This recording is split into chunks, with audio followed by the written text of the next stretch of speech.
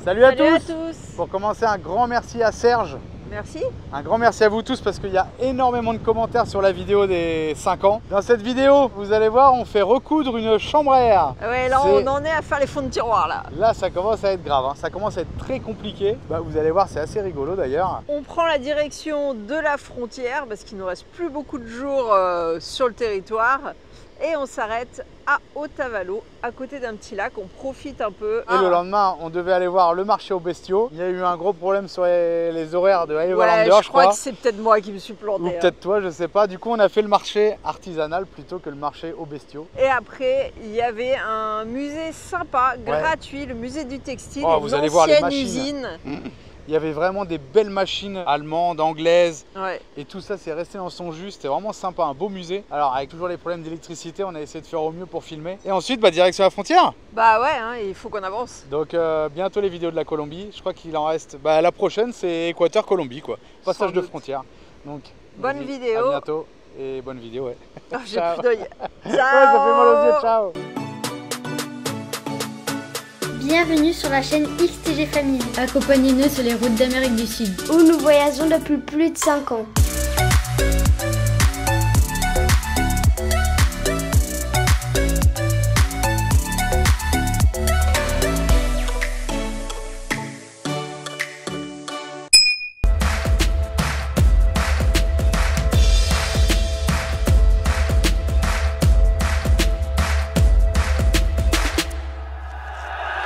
On quitte notre petit stationnement. Hier, on a laissé la chambre à air chez un réparateur, un vulcaniseur.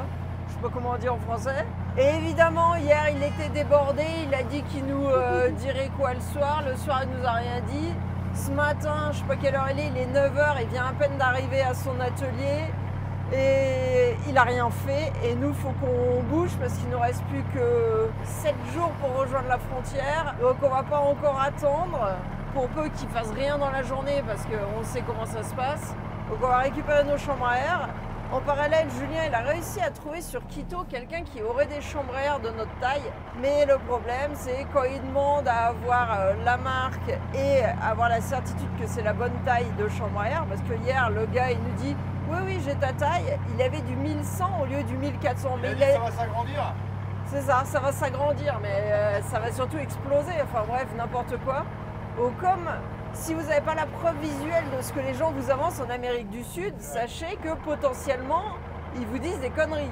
C'est pas méchant ou quoi, c'est juste une réalité. Il faut toujours avoir la certitude par une photo ou quoi avant. Donc l'autre de la chambre à air, il nous dit où on pourrait éventuellement acheter notre taille. Il nous dit oui mais moi je suis pas à Quito, faudrait que je revienne à Quito si vous achetez. Ouais mais nous on veut bien acheter, mais à condition qu'on soit sûr que c'est la bonne taille quoi. Et c'est tout comme ça en Amérique du Sud. Tu crois que c'est bon, tout le monde te dit non c'est sûr. Et tu arrives devant le gars et il n'a pas ce que tu voulais et il n'y a rien de sûr en fait. Jusque là ça s'est vérifié dans tous les pays d'Amérique du Sud qu'on a traversé. Après il y a des gens qui travaillent très bien mais il faut tomber dessus quoi. Bon, on est venu à la Gomera pour mettre un petit coup de pression quand même. Et il est en train de faire la... Enfin, il est en train de la faire parce que je suis arrivé quoi. Il va me la coudre. Alors je vais essayer de vous montrer ça. Mais dans pas longtemps l'électricité coupe. Donc il est parti demander au gars qu'il allume le groupe électrogène. Et j'ai vu, il a le... Putain, c'est la première fois que je le vois en Amérique du Sud. Le bordel pour débourrer, comme on dit en français, pour refaire les sillons dans les pneus là. Délire. Bon, maintenant on a plus hein.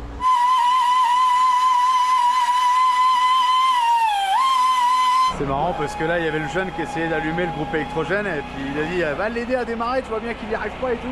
Et je lui dis t'as beaucoup d'employés et tout. Il me dit ouais mais avec 2 j'en fais un quoi. Oh putain il me fait trop rire. Ah il me faut trop rire. On est obligé de rigoler, De toute façon on va pas chialer hein. Qu'est-ce qu'on va faire?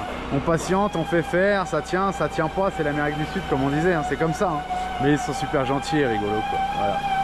Bon, allez là il est en train de limer, je vous ai montré. Après il va coudre et après il colle un patch. Ouais, c'est parti pour la couture. Tout est possible en Amérique du Sud. On recoule la chambre à air. Eric, contesta mi telefono.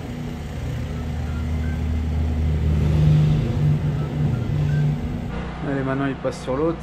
Il va nous changer la valve. En fait, j'avais pas tout compris, du coup, il superpose des petits patchs. Bon, je sais pas si ça va tenir. Hein. À mon avis, ça va juste tenir pour la vidéo.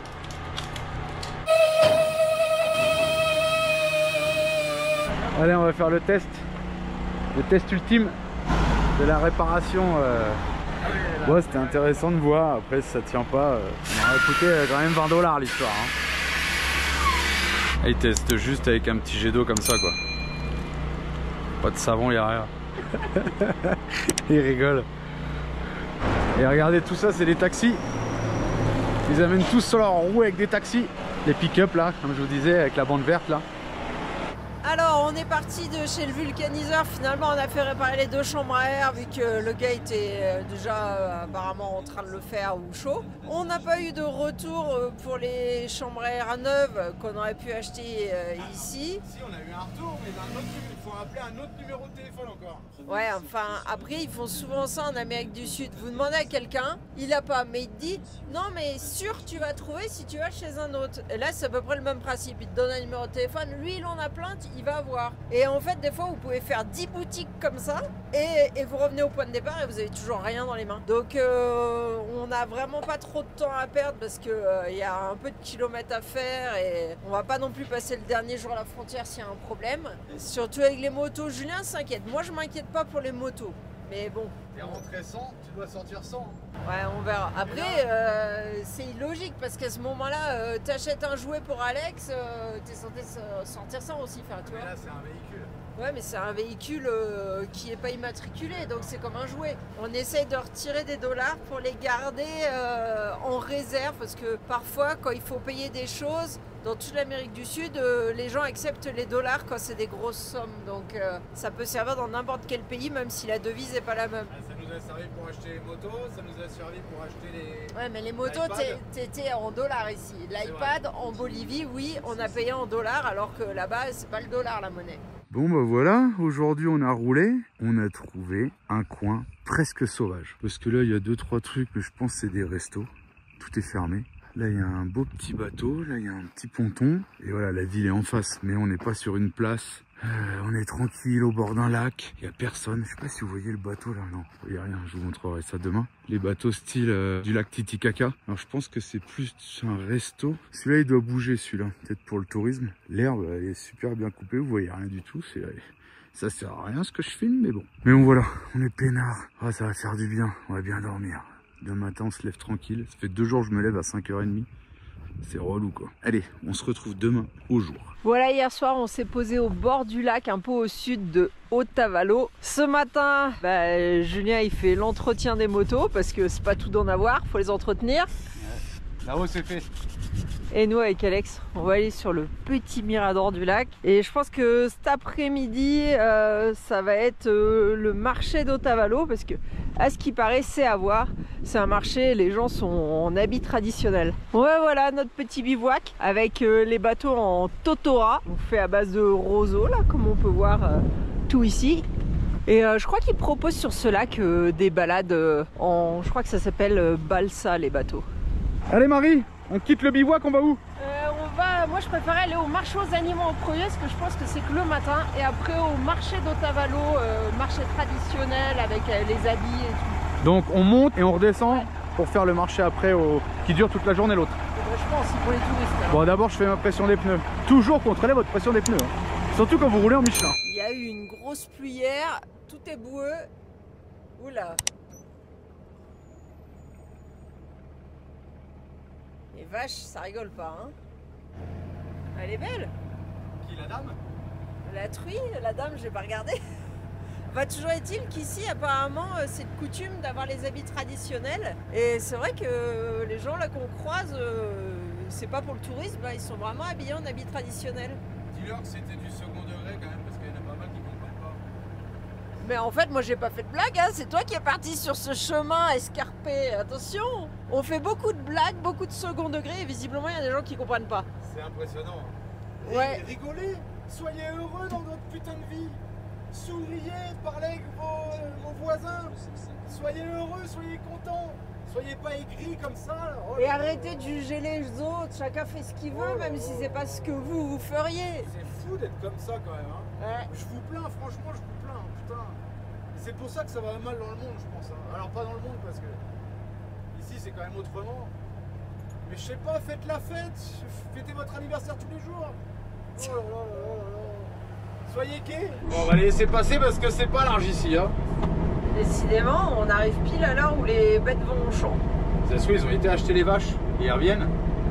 Ah, ça commence à 6 heures. Mais c'est à 10 km d'ici, alors bon, regarde, ils ont l'habitude de suivre le chemin. À mon avis, quand ils achètent, ça va être plus dur de les faire partir en troupeau comme ça. Ils ont pas l'habitude, là. Je vois que c'est normal. Il y a quand même une vache qui nous a laissé passer. Elle est montée sur le bord, tranquille.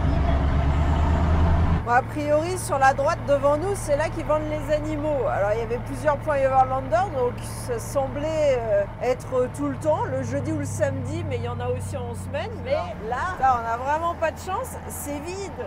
Alors qu'il y a plein de points Everlander qui disent que c'est sympa à voir et tout, mais visiblement, il n'y a pas ça aujourd'hui. Une dame, on va lui demander. Ça a jamais été le jeudi. Donc je sais pas qu'est-ce que c'est ces commentaires sur Everlander que t'as vu. Il disait samedi aussi. Ben, il y avait 2 jours. Et je lui ai dit ça a jamais été le jeudi, elle m'a dit non, ça a toujours été le samedi. Alors on est au marché traditionnel d'Otavalo. Bon, c'était dit que les femmes étaient en habit typique. Je ne sais pas. Des animaux, on voit du textile. C'est moi qui en ai dit d'ici. C'est grave. Voilà. Alors on va voir. Mais j'ai l'impression qu'en fait les gens ici, effectivement, les femmes au moins s'habillent en habit typique. L'habit typique, ça a l'air d'être une jupe. Et puis parfois avec une espèce de ceinture qui les serre à la taille et un chapeau bizarre sur la tête. Alors là, je crois pas que c'était le chapeau. Oh là. Alors on continue. Là, on a un petit peu d'art. C'est assez joli. J'ai déjà perdu les autres. Je sais pas où ils sont passés. Vous êtes partis où, vous? On a vu qu'il y avait du The North Face. Ah mais là, t'es sur du marché traditionnel. Traditionnel, Beatles, The North Face. Ah, il faut un peu de tout, hein. Allez, boobies. Explique, parce que je crois qu'on n'avait pas expliqué. Bah, ceux qui parlent anglais comprennent. C'est les tétés, c'est les seins. Et les boobies, c'est les oiseaux à pattes bleues des Galapagos. Ouais, il y a quand même des trucs sympas. Après, je sais pas les prix, on n'a rien demandé. Mais il y a des beaux tissus. Hein. C'est très tourné vers le touriste. D'ailleurs, il y a quand même pas mal de gringos. Et pourtant, on est en semaine là. Ouais, c'est joli ça. Allez, on continue. Il y a un petit peu de tout, c'est sympa. Ah bah Julien, visiblement, il s'arrête toujours au stand d'alcool. Hein. Il m'interpelle les gens. Bon, allez, on continue notre tour. Buenos dias. Donc là, c'est de l'artisanat. Hein. Normalement, j'ai envie de vous dire que c'est du fait main, mais bon, ça après, on sait pas trop. Hein. Mais ça, c'est à faire, ça doit prendre du temps. Hein. Allez, on continue au milieu des stands. Alors c'est un peu mort quand même en semaine, hein. Mais il y a vraiment du très bel artisanat, des belles pièces, des belles peintures et tout. Franchement, si on était à aménager notre future habitation, je pense qu'il y a moyen de trouver des trucs sympas, des tableaux, il y a vraiment des belles choses. Donc n'hésitez pas à venir à Otavalo. Bah alors là, on est dans le Mercado Central. Ah, je peux vous dire que ça sent les babouches du roi. Il y en a Ça qui veut ont la dire ref. quoi? Non, moi j'ai pas la ref. Oui. Il a plein de trucs. Julien il bug, il veut une sarbacane. Mais si t'as pas le poison pour en mettre sur le pic, ça sert à rien. Qu'est-ce que tu veux faire avec ta sarbacane? Marie elle me dit tu pourras pas t'en servir si t'as pas le poison, mais je vais pas tuer des animaux avec ma sarbacane. Au pire je vous lance 3 flèches dans le cul tous là. C'est tout quoi. Donc tu veux l'acheter juste pour déconner une fois et après ça servira plus. Comme tout ce qu'on achète dans la vie Marie en général. Alors je crois qu'ici c'est surtout le textile qui est le plus connu. Et d'ailleurs je crois qu'il y a un musée plus loin, je sais pas si on s'arrêtera. On retrouve les chapeaux en toquilla. C'est joli hein. Mais quand t'as pas de place pour le loger, c'est compliqué. Ouais, regardez tout ce qu'ils font et ça peut donner des idées hein, parce que c'est assez ingénieux ouais, les chaises là par exemple. Il y a des trucs vraiment sympas. Et des fois c'est désolant quand on est en voyage, on se dit ouais, ça serait trop bien ça, mais enfin nous c'est plus vraiment un voyage, c'est notre vie et on n'a pas la place d'emmener ces choses là, même si on sait qu'à un moment on va se poser et se dire qu'on trouvera plus jamais ça ailleurs peut-être. Surtout pas le pognon pour les acheter. Après ça va te coûter moins cher que de les acheter ailleurs dans un autre pays quoi. Bon bah ça y est, on a fait tout le tour. Bon, c'était mignon, mais voilà, on repart au camion. Et bah, direction la frontière. Je crois qu'on va refaire quelques petits arrêts, on va voir. Il nous reste 4 ou 5 jours là, 5 jours je crois. Un petit peu de musique locale pour terminer ce petit marché d'Otavalo. J'aurais préféré le marché aux bêtes. Ouais, moi aussi. Allez, on s'est arrêté prendre de l'essence pour les motos, faire le plein d'eau et ils viennent d'allumer la pompe. Du coup, le truc il fuit, il y a tellement de débit. Il n'y avait toujours pas d'électricité, l'électricité vient de revenir, donc il vient d'allumer la pompe, il y a grave du débit. J'ai dû réduire mes filtres là. C'est bien beau d'avoir 25 litres minutes de débit, mais après ça passe trop vite dans les filtres et ça filtre plus ou ça peut exploser les bocaux là. Du coup, toujours des robinets. Moi j'avais mis des robinets sur les pré-filtres, comme ça je peux réduire mon débit. Comme là ils sont en train de prendre des douches, je réduis le débit. Là je suis à 3,5 litres. Si je le mets à fond, 18, 19, 18,5, 18,4, ça a baissé un peu là. Du coup ça c'est trop. Du coup je réduis mon débit. Allez, 3 à 5, comme ça ils prennent leur douche peinard et ça remplit pas vite. Parce que s'ils voient que ça coule, ils vont me dire allez, allez, faut y aller. Non, c'est pas plein. Du coup on peut tricher un peu là-dessus. Là ça fuit à mort parce que y a trop de débit et que j'ai fermé un petit peu. Et après on met du gasoil. Et ensuite on va voir un musée, je sais pas trop, on va voir. Allez, on est au musée de la fabrique de textiles d'Imbabura. C'est gardé par des mecs qui ont des flingues. Et vous regarderez la sécurité dans beaucoup des pays d'Amérique du Sud, ils ont des pistolets. On va voir, je crois que c'est gratuit. C'est une ancienne fabrique qui sert maintenant de musée. Donc en fait tout est encore comme à l'époque. On va voir, je crois qu'il y a un guide. Bon, tout à l'heure je vais vous emmener voir le groupe électrogène, il vient de s'allumer, il n'y a plus d'électricité. Et regardez là les vieux trucs électriques. Espèce de fusil ou je sais pas trop. Là pour réarmer les poignées, j'adore ça là. Moi j'ai envie d'aller voir le groupe électrogène qui vient de se mettre en route. Il m'a l'air d'être énorme. Ah merde, on voit pas. Il est caché derrière. Ah, le bruit qu'il fait, c'est énorme. Il va m'ouvrir pour que j'aille voir. C'est un moteur d'Osan.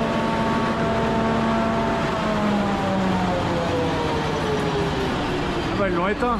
V8 d'Osan. Putain, il y a une fuite à l'échappement là, le bordel il l'a pété. Putain, ils vont refaire le plein de gasoil. Ah, il y a un guide. Ah merde. Et ça c'est quoi comme moteur? Moi j'aime bien les moteurs moi. Moi je vois pas derrière ce que c'est. Gasolina? Et c'est diesel. Ah, c'est un moteur à essence celui-là. Muchas gracias. Ah, ils vont refaire le plein de gasoil. Bon allez, la guide nous attend apparemment. Bon alors normalement il y avait des petits films là mais on peut pas les voir vu qu'il n'y a plus d'électricité et les groupes sont coupés. Et là il y a notre guide. Alors la fabrique de textile, elle date de 1924. Elle a fermé en 97. Et les hommes occupaient 80% des postes et les 20% restants c'était les femmes et les enfants. Des enfants de 10 à 12 ans qui travaillaient là. Le sol est original et les poutres aussi. Ils ont refait juste la toiture. Donc là c'est la balance originale USA hein, qui servait à peser le coton qui venait de Manabi, donc d'Équateur aussi. La pose de la première pierre de la fabrique tenue par des Espagnols. Ouais, ça c'est une machine à coudre des chaussettes en fait. Ça faisait des chaussettes, il fallait tourner la manivelle avec la courroie, ça entraînait la machine pour faire des chaussettes. Truc de fou, je savais même pas que ça existait. Mais non, mais je vais faire une photo, t'es toujours devant. Je savais pas que tu faisais une photo, j'explique. Là c'est le coffre-fort, mais comme ils ont pas la clé, ils l'ont jamais ouvert. Nous on dit mais pourquoi vous l'avez pas forcé? Ouais, moi j'ai dit je te l'achète, vas-y. En fait ils savent pas s'il y a quelque chose dedans ou pas. C'est Celui qui trouve la clé remporte le pactole. Regardez un peu le mécanisme de la balance. Vas-y, descends maintenant. Délire. Moi, je teste. Sweater. Elle est belle, hein? Qu'est-ce qu'elle nous a dit là? Sur le panneau, là, il y a tous les types de tissus qu'ils faisaient ici, je crois, 86. Et il y avait une partie qui était les tissus militaires pour l'Allemagne et les États-Unis pour la Seconde Guerre mondiale. Ils fabriquaient les vêtements militaires. Ils exportaient. C'est fou ça? Ouais. Bon, il n'y a pas de lumière là, on est obligé de filmer au téléphone. Alors apparemment, la petite machine là, elle servait à séparer un peu le coton pour faire des copeaux. Voilà, il y avait 1200 employés ici à la fabrique. Et ça, c'est une machine qui servait apparemment à séparer le coton du reste de la plante. On le mettait en haut et puis ça enlevait la partie plante et gardait que le coton. Regardez le petit Fenwick d'époque. Je sais pas ce que c'est comme moteur, j'ai vu il y avait 2 bougies, donc 2 cylindres quoi, mais je sais pas trop ce que c'est comme moteur. Bon allez, on continue. Les plantes arrivaient comme ça Voilà, voilà la machine qui sépare la plante. Regardez juste le coton. Alors là, c'est que des machines originales hein, qui servaient dans la fabrication. Hein. Tout est magnifique. Tout fonctionnait à l'énergie électrique grâce à la centrale hydroélectrique qui était pas loin ici du Pueblo. Donc ils ont choisi d'installer la machine ici, justement parce que c'était à côté d'une centrale hydroélectrique et aussi parce qu'il y avait la production de coton et plus tard parce que le train est passé par là. Il y a des poulies, il y a des renvois et du coup toutes les machines fonctionnent avec des sangles comme ça, des courroies. Alors, toutes les machines elles viennent d'Europe. Allemagne principalement, mais aussi Espagne et Angleterre. Elles sont venues en bateau jusqu'au port de Guayaquil, après en train, et après le train, c'est venu en cheval les pièces, à cheval.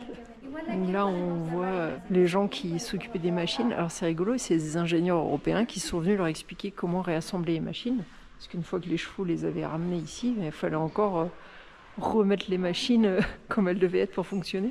Alors là, on voit tous les processus pour transformer le coton. Donc il arrive avec sa plante, il passe dans la première machine pour enlever les déchets, puis dans une autre, et enfin là, ils arrivent à avoir le premier fil, mais qui est trop fragile, donc ils doivent encore faire un processus pour arriver à faire du fil et enfin pouvoir tisser. Alors là, c'est une machine avec des espèces de petites brosses en fait. Et du coup, ça permettait de faire des fils avec le coton, de l'étirer. Cette salle-là était quasiment occupée que par des femmes. C'était l'endroit où il y avait le plus de mutilations parce qu'il n'y avait aucune sécurité. Et au-delà des mutilations, il y avait aussi les maladies du travail. Donc des problèmes aux oreilles à cause du bruit et surtout des problèmes aux poumons à cause de toute la poussière de coton qui devait voler un peu partout. Et là, on voit les femmes qui travaillaient dans l'usine, dans cet atelier-là. Apparemment, l'usine, elle était hyper réputée. Les gens qui venaient ici étaient considérés un peu comme des ingénieurs. Et il y a beaucoup de monde qui voulait travailler ici. Pour autant, la sécurité, elle n'était pas là. Et puis, les maladies du travail aussi. Mais bon, en ce temps-là, déjà, avoir un travail intéressant pour gagner sa vie, c'était pas donné à tout le monde. Vous vous rendez compte, toutes ces machines... Elles sont belles, hein. C'est un truc de ouf. Ouais, tout est marqué en anglais, donc ça doit venir d'Angleterre. Hein. Essentiellement, ils passaient par plein de machines qui servaient à étirer le fil de coton, en fait. J'imagine bien qu'il devait y avoir des accidents, des gens qui se coinçaient dedans. Bon, apparemment, quand la mèche de coton était prête, elle sortait dans ce tube, et le tube était emmené et elle l'emmenait plus loin. Dans la salle suivante. Là, c'est pas encore du fil utilisable, hein, c'est le premier fil. Ouais, on va à la place du chef. Là, c'était pas un truc de ouf. T'as le mec qui était là-haut qui surveillait toutes les femmes là, en train de travailler. Ah bah là, c'était peut-être des hommes du coup. Il y avait des hommes et des femmes, mais dans la salle la plus dangereuse, c'était surtout des femmes parce que les femmes sont plus précautionneuses que les hommes. Donc pour éviter trop d'accidents, ils mettaient les femmes. C'est un truc de fou, ça n'a pas changé. Les femmes font toujours plus attention. Ah, vous allez dire, ouais, c'est pas vrai. Non, c'est pas toujours vrai. Tout ça, c'est à sa place en fait. Vous imaginez l'espèce de machine en longueur, là, où il y en a plein. Et là, ça continuait à étirer le fil de coton pour avoir vraiment les bobines de fil qu'on va aller voir après. Ça fait un peu prison. Moi, le mec, il est assis là, il regarde comment les gens bossent, quoi. Et il devait leur gueuler dessus. « toi, qu'est-ce que tu prends ?» Apparemment, là, dans un premier temps, il faisait une sorte de sangle de coton. C'était la première étape. Alors là, c'est aussi un premier fil, mais le problème du fil, c'est qu'il était trop fragile. Donc en fait, ça se déchire si tu les enroules pas, c'est ça? Si tu l'enroules, tu peux tirer dessus. Un peu comme toutes les ficelles. Hein. C'est assez épais, hein, c'est grossier. Hein. Ça, c'est un petit wagon qui circulait sur les rails qu'on voit au milieu, là. Et c'était les enfants, donc de l'âge d'Alicia, qui poussaient les wagons. Non. Bah si, entre 10 et 12 ans, donc c'est ton âge. Hein. Ah donc là, ça y est, ces machines-là, c'est celles qui servaient à tortiller le fil pour que le premier fil que je vous ai montré devienne solide et ne se déchire pas. Bon, alors ça, c'est un petit train pour symboliser l'arrivée du train en 1929. Et en 1924, quand ils ont commencé la fabrique, ils savaient déjà que le train allait arriver. C'est pour ça que ça s'est décidé d'être fait ici. Et ceux qui ont assemblé les machines, après, ont continué à travailler dans l'usine. C'est des bouts de bois où s'enrouler, où venait se torsader le fil. Et elles sont vraiment originales d'ici. Hein. Elles n'ont pas bougé. Les systèmes, tout est encore comme ça devait être, quoi. Bon, c'est de la folie. Là, il devait y avoir peut-être le fil premier et ici le fil torsadé qui est venu. Ça ressemble finalement, si on regarde de près, un petit peu à ce qu'on voit dans des machines à coudre. Donc ça, c'était pour enrouler le fil. pour faire des grosses bobines de fil. Donc ça, c'est le fil qu'ils arrivent à avoir avec la plante de coton, le fil final, je sais pas comment on peut dire. Mais après, ils faisaient encore la teinture et la confection de toile. Donc c'était vraiment, l'usine, elle faisait tout, quoi. Ça a été déplacé, mais c'est les toilettes de l'époque dans des lieux publics. Il y a encore ce genre de choses en Europe. Bon, pas tout à fait pareil, mais c'est le même genre. Hein. Bon, eux, ils avaient quand même la petite surélévation pour pas mettre les pieds dans le mouillé. Hein. Ah, mais oui, j'avais pas réfléchi, effectivement, ouais, ça doit être pour les enfants. Moi, un truc comme ça, moi, j'arrive pas à faire mon cacou. Non, parce qu'il sait pas tenir accroupi, il tombe. Alors ici, c'était la salle où ils gardaient les produits chimiques pour les teintures. Ils s'en servent pour faire une petite exhibition en fait, des représentations animales qui sont faites par les différentes cultures de la zone sur des pierres. Alors je sais pas si vous verrez grand chose, mais par exemple ce dessin-là, on le retrouve sur la petite pierre qui est ici. Et sur chaque vitrine, en fait, les représentations qu'on voit, on les retrouve sur des pierres qui étaient utilisées par les cultures d'avant pour faire des colliers ou autres. Comme des petites perles. Là, ça a l'air d'être plutôt de la terre cuite que des cailloux. Mais là, je sais pas d'où on est passé de... Non, c'est parce qu'ils utilisent la salle comme exhibition, en fait. Ça n'a plus rien à voir avec l'usine. Oui, j'ai senti. On a les archives. Vous imaginez, avant, il n'y avait rien sur ordinateur. Il devait y en avoir un paquet de papier. Toute la comptabilité. Et la fabrique, elle a quand même marché pendant longtemps. Para hacer un buen trabajo. Oui, ça rappelle un peu ce qu'on voit dans les ateliers maintenant, mais à l'époque, c'était plus soft. Hein. Regardez, ça, c'est encore le coin du capatas. Je sais pas ce que ça veut dire, ça veut peut-être dire capitaine ou quoi. Là, celui qui surveillait les autres dans la fabrique. Bon, là, lui, il était tranquille, il était dans son petit coin vitré. Donc, dans l'autoclave, là, il faisait la couleur sur la toile.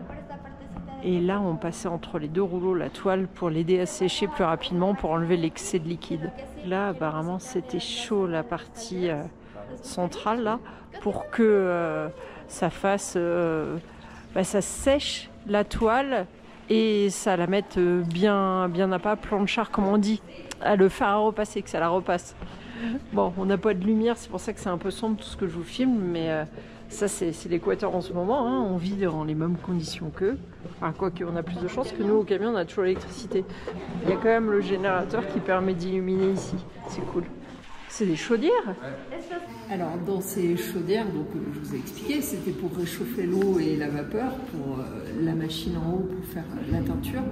Mais ils brûlaient aussi les corps des personnes qui étaient mortes dans la fabrique. C'était un crématorium aussi, apparemment, pour les gens de la fabrique. Et il y a une légende, alors ils ne savent pas si elle est vraie ou quoi, qu'il y a une petite fille qui s'est retrouvée enfermée dans une des chaudières, donc, pendant qu'elle n'était pas en service, et elle est morte de froid. Ils ont retrouvé son corps là. Parce que tout ça, c'était ouvert, en fait, à la base. Ouais, c'était pas fermé, évidemment, puisque avec toutes les sorties de gaz d'échappement, je sais pas comment on peut appeler ça, c'était à l'air libre avant.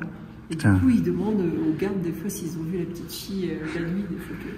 Et ceux qui se sont blessés là-haut, qui mouraient là-haut, ils les jetaient là-dedans, quoi. Bah, apparemment, ils les brûlaient. Bah, ça faisait du combustible. Hein. Ou peut-être que c'était pour la famille après, parce qu'ils donnaient le corps à la famille avant. C'est sûr. Bah, peut-être pas, Marie. Ils ne brûlaient pas directement. Bah, t'en sais rien si le mec il a fait des conneries. Quoi, mais c'est bon, il y a la gente. Ouais, c'est un truc de fou quand même. La gente qui est la sala cremación. Cuando se muere, primero les ramas su familia, después que la familia... Les toilettes turques, à chaque fois Marie elle se fout de moi, elle dit pourquoi tu n'y arrives pas, parce que j'ai rien pour me tenir, et ici ils avaient tout prévu. Ils avaient mis une petite cale en bois pour te tenir. Regardez, ça doit être encore connecté, il y a de l'humidité. Bon, ça après c'est des conneries qui ont été rajoutées à un téléphone. Et là il se lavait les mains là. Regardez le siphon. Délire. Le lave-main. C'est ici en fait la salle où ils tissaient. Il y avait une centaine de personnes, donc il y avait toujours le chef qui surveillait. Et s'il y en a un qui voulait aller aux toilettes, bon en fait, le temps qu'il allait aux toilettes, il était remplacé par un autre. Il n'y avait jamais d'arrêt en fait. Truc de fou. Apparemment, les chaudières, ils les mettaient en route à combien 2 heures ou 5 heures du matin. Un truc comme ça. Et fallait que ça tourne. Ils ne travaillaient pas de nuit, mais ça tournait quoi. Ah, mais les machines, moi j'hallucine, elles sont trop belles. Elles sont magnifiques. Vous vous rendez compte le nombre de machines qu'il y a?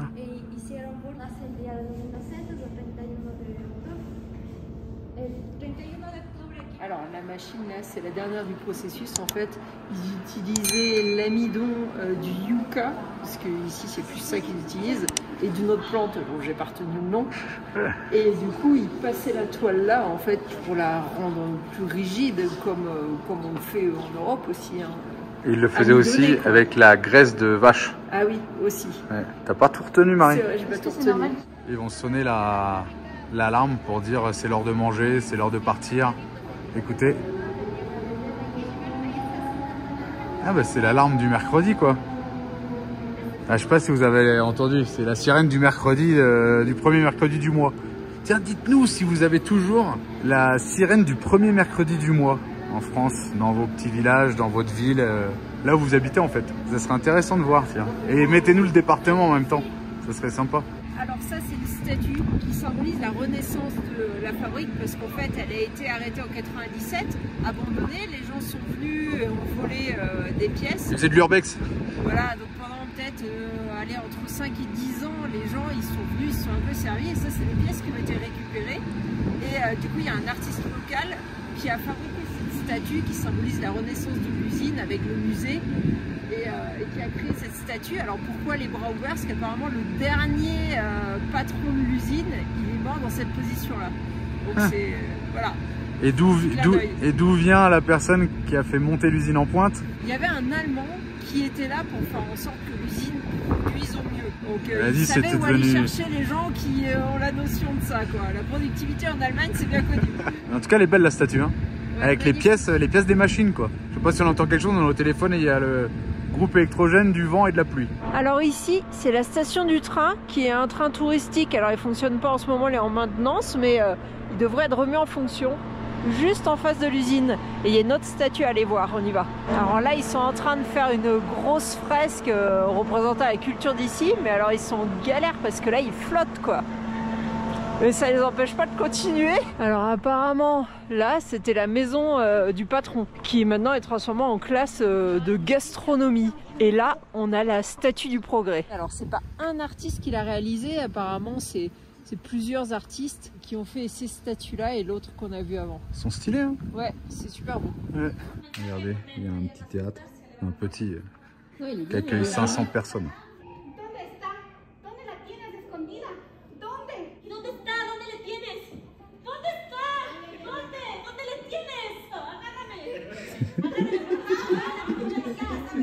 Il y a le vigile, il est mort de rire à côté de moi. Délire.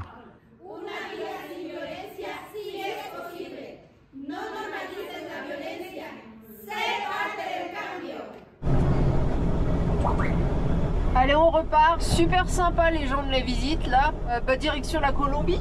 Allez, avant de passer la frontière, on s'arrête là. On va voir s'il y a un distributeur, si on peut tirer. Et je voulais vous montrer une zone pour les chiens. Pour boire, pour jeter je sais pas quoi, pour se laver les mains, du petit savon. Excellent. Normalement, il y a un distributeur, j'ai trouvé sur Google. Comme d'habitude, bivouac sauvage en Équateur. Et à l'instant, la lumière vient de s'éteindre. Je pense qu'ils vont démarrer les groupes. Je sais même plus ce que je vous ai dit, bivouac sauvage à la station-service. Ça, c'est l'Équateur. On doit être à un petit 100 km de la frontière colombienne. Waouh! Et la lumière fut. Alors que à la station, bien sûr. Hein. Tout le reste, ça éteint. Hein. Équateur, hein. Beaucoup de camions américains, beaucoup de Kenworth, beaucoup de International, la marque internationale. Beaucoup de Hino. Il fait un peu de tâche, lui. Des gros moteurs Cummins, Caterpillar. Là-bas, il y a un MAN. Énormément de MAN en Équateur. Énormément de copines MAN, mais avec moteur MAN dedans. C'est un truc de fou. Je crois que c'est le pays où il y en a le plus. En Amérique du Sud, en tous les cas. Pas de ce qu'on a fait, parce que là, on rentre en Colombie, on va voir. Mon objectif est dégueulasse. En attendant la prochaine vidéo, vous pouvez aussi nous suivre sur Instagram, Facebook et TikTok.